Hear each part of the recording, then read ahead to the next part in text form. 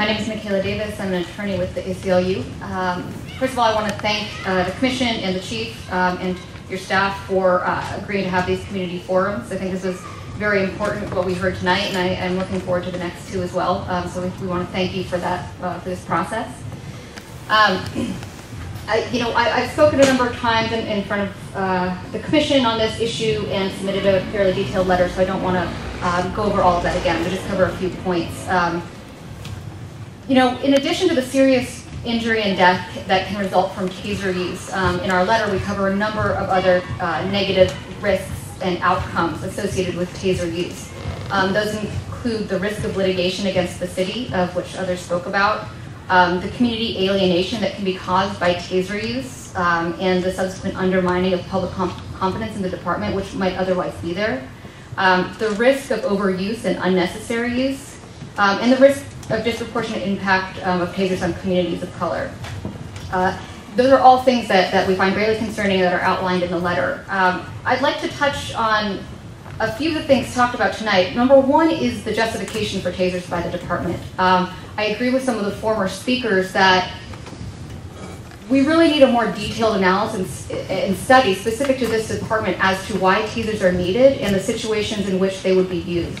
I agree that the CHP statistics, that was too attenuated to be able to draw a direct correlation between decrease in deadly use of force by the CHP with increase of tasers.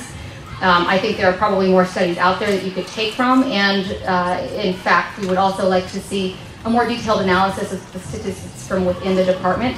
A number of others spoke to this, and I think it really is true that if we can see use of force incidents from the department, perhaps pinpointed examples of which of these incidences of use of force you would like to substitute a taser for, rather than just use of a firearm.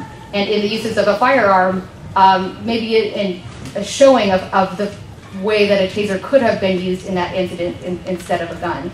Because we know that tasers aren't effective in all incidences. And if you really do need a firearm, there are chances that a taser would not be effective in that instance. So I think when we talk about wanting data specific to the department, we understand there's no data on ECW's use yet because they're not in use here, but that specific data would be very helpful to explain to the public and other advocates as to what the justification is at this time by the department. I think another thing we've touched upon is the CIT implementation. We've heard from Lieutenant Correa that we are still on our way to full implementation. Or Commander, apologize.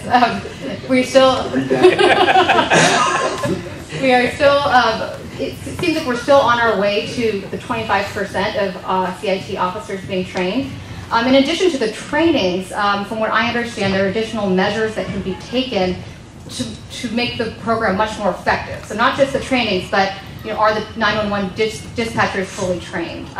Are the officers, other officers trained that when they're in a situation with a CIT officer, they know that CIT officer is now the commanding officer at the scene? Are there those other measures set into place that would make the program more effective in addition to the training? I don't want to. So we have 1 minute left, and we have one more speaker, and that's it. So let's remember that. Okay. One more speaker. Okay. I'm just going to close with one last point. In the DGO, what I don't see is the specificity of when the taser can be used. If this is going to be a proper DGO, we think instead of referring to imminent physical threat as a threshold by when the taser can be used, we'd much more like it to specify that it's only in cases of life-threatening injury or serious bodily injury. You yourself said, yes, it's better to be tased than shot. And if in fact the taser is to only be used in the place of a firearm, we think that should be specified in the DGO, and we'd like to see the next draft of that for the next community hearing if possible.